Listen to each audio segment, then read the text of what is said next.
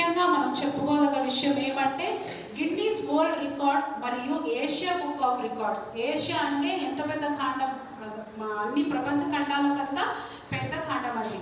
దాంట్లోనే మన పిల్లలు అక్కడ ప్రదర్శించి దాంట్లో ఎక్కారంటే మనం ఎంతో గర్వపడాల్సిన విషయము. ఇలా మన అన్నమయ్య జిల్లాని ముందుకు తీసుకెళ్ళిన ముఖ్యంగా మన సెక్రటరీ సార్కే మనం అందరూ కూడా థ్యాంక్ యూ చెప్పాలి. మన ఎన్నో రోజుల నుంచి యోగా ప్రోగ్రాంలు మన స్కూల్లో చేస్తున్నాము.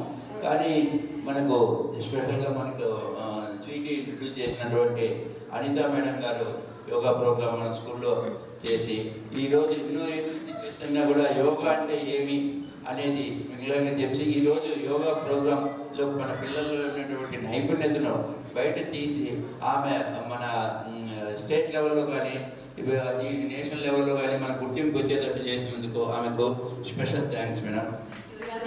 మనం యోగా ఎన్నో సంవత్సరాలు చేస్తున్నాం కానీ సరైన యోగాసనాలకు ఎవరు తెలియదు.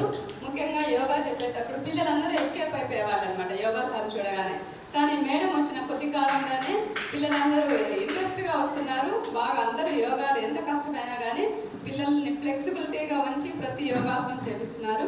ఈ క్రెడిట్ అంతా ముందు స్వీటీ మేడంని ఇక్కడ ఇంట్రడ్యూస్ చేశారు కాబట్టి నెక్స్ట్ మన పిల్లల్లో ఉన్నటువంటి ప్రతిభను బయటకు తీసుకొని వచ్చి వీళ్ళు కూడా చాలా పక్కగా నార్మల్ అలాగా చేయగలరు అని చేపించి ఇంటర్నేషనల్ లెవెల్లో మన ప్రోగ్రామ్ని కన్హా శాంతిని లెవెల్లో చేయించడానికి ఎంతో తోడ్పడుతున్నటువంటి మన యోగా మేడంకి అందరము థ్యాంక్స్ చెప్తాము.